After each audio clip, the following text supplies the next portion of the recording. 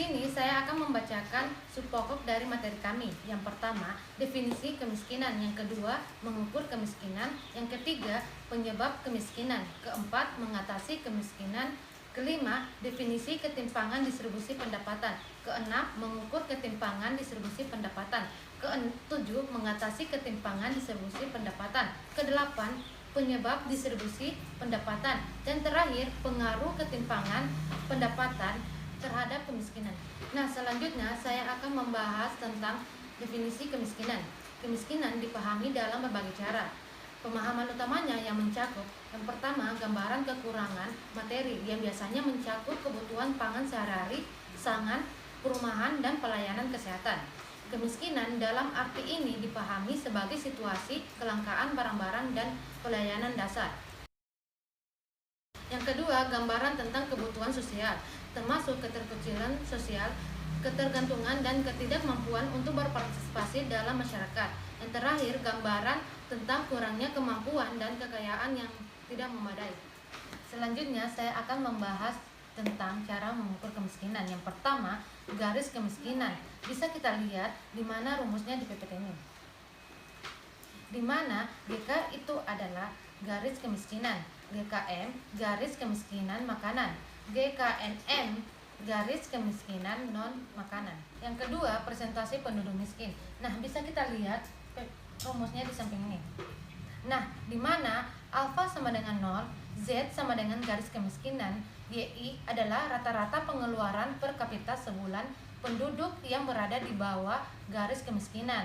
I sama dengan 1, 2, 3 sampai seterusnya, sedangkan YI kurang dari Z.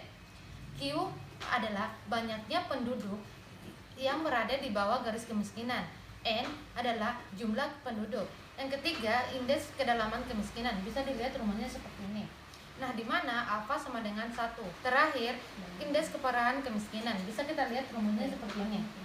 Nah, di sini alfa sama dengan 2. Selanjutnya saya akan membahas tentang penyebab kemiskinan. Yang pertama, penyebab individual atau patologis, di mana melihat kemiskinan sebagai akibat dari perilaku, pilihan, dan kemampuan dari orang tersebut.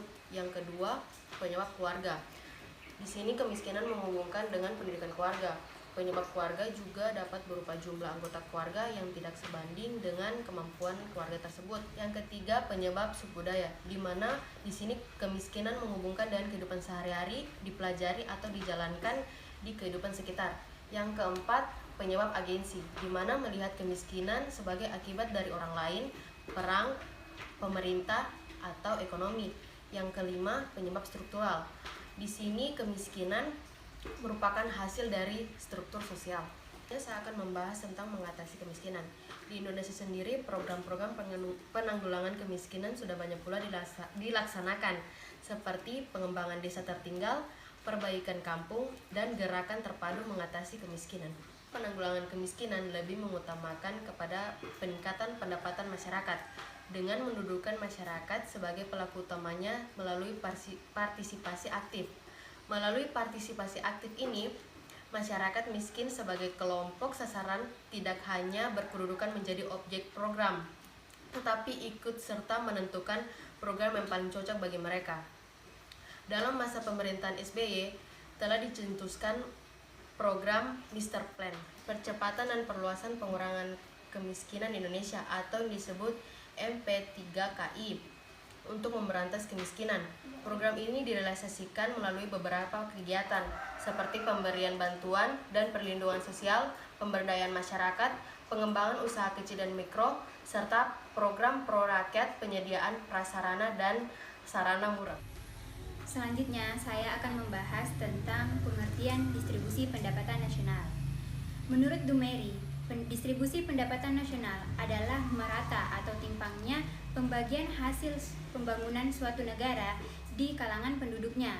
Nah, ketimpangan ini lebih besar terjadi pada negara-negara yang baru memulai pembangunannya, sedangkan negara-negara maju itu cenderung merata atau ketimpangannya lebih rendah. Selanjutnya, saya akan membahas tentang mengukur ketimpangan distribusi pendapatan nasional. Untuk mengukur ketimpangan distribusi pendapatan nasional, ada 3 yang akan diukur. Yang pertama di sini ada kurva Lorenz. Nah, Kurva Lorenz di sini menggambarkan tentang distribusi total atau distribusi kumulatif pendapatan nasional di kalangan lapisan-lapisan penduduknya. Yang kedua adalah koefisien Gini. Rumusnya dapat kita lihat di samping saya, di mana GR adalah koefisien Gini, PI adalah frekuensi penduduk dalam kelas pengeluaran ke I, kemudian FI adalah frekuensi kumulatif dari total pengeluaran dalam kelas pengeluaran ke I, dan yang terakhir ada FI dikurang 1 adalah frekuensi kumulatif dari total pengeluaran dalam kelas pengeluaran ke I dikurang 1. Yang ketiga adalah kriteria Bank Dunia. Menurut Bank Dunia, untuk mengukur ketimpangan distribusi pendapatan, maka kita harus melihat besar kontribusi 40% penduduk yang berpendapatan rendah, di mana ada 3 klasifikasi. Yang pertama adalah ketimpangan tinggi, artinya 40% penduduk berpendapatan rendah menerima lebih kecil atau kurang dari 12% total pendapatan. Yang kedua ada ketimpangan sedang. Ketimpangan sedang adalah 40% penduduk berpendapatan rendah menerima antara 12% sampai dengan 17% total pendapatan. Dan yang terakhir ada ketimpangan rendah, di mana 40% penduduk berpendapatan rendah menerima lebih besar dari 17% total pendapatan. Yang selanjutnya saya akan membahas tentang penyebab ketimpangan distribusi pendapatan. Yang pertama ada ketimpangan dalam distribusi aset. Ketimpangan tersebut terlihat sangat parah, terutama di sektor pertanian. Lahan yang sempit tentu tidak mencukupi bagi petani untuk memperoleh tingkat pendapatan yang layak. Dan yang kedua ada masih besarnya pekerjaan di sektor informal dengan tingkat pendapatan yang rendah dan tidak ada jaminan kepastian usaha di masa depan. Tingginya pekerjaan di sektor informal disebabkan makin padat modalnya teknologi produksi yang digunakan oleh para pengusaha.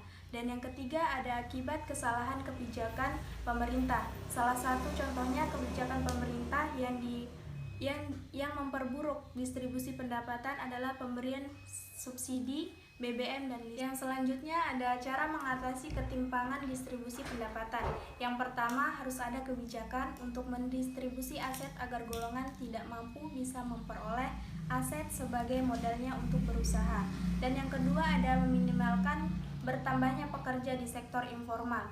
Hal tersebut bisa dilakukan dengan mendorong pertumbuhan sektor produksi atau pertanian dan industri, sehingga bisa menyerap lebih banyak tenaga kerja.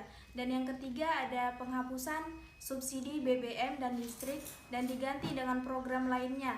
Lebih tepat sasarannya bagi rakyat miskin perlu dilakukan. Selanjutnya adalah pembahasan terakhir, yaitu tentang pengaruh ketimpangan distribusi pendapatan terhadap kemiskinan. Pengaruh ketimpangan distribusi pendapatan terhadap kemiskinan dipengaruhi oleh adanya peningkatan jumlah penduduk. Pertambahan jumlah penduduk cenderung berdampak negatif terhadap penduduk miskin, terutama bagi mereka yang sangat miskin. Sebagian besar keluarga miskin memiliki jumlah anggota keluarga yang banyak sehingga kondisi perekonomian mereka berada di garis kemiskinan. Semakin buruk seiring dengan memburuknya ketimpangan pendapatan atau kesejahteraan. Penyebab dari kemiskinan adalah adanya ketidaksamaan pola kepemilikan sumber daya yang selanjutnya akan menimbulkan distribusi pendapatan yang timpang. Beberapa alternatif kebijakan yang mungkin diambil untuk mengatasi masalah ketimpangan pendapatan antara lain yang pertama, memperbesar alokasi anggaran untuk meningkatkan kesejahteraan kaum miskin. Dan yang kedua, sistem pajak yang progresif. Dan yang ketiga, pengurangan subsidi BBM untuk dialokasikan pada pembangunan infrastruktur dan menciptakan lapangan kerja.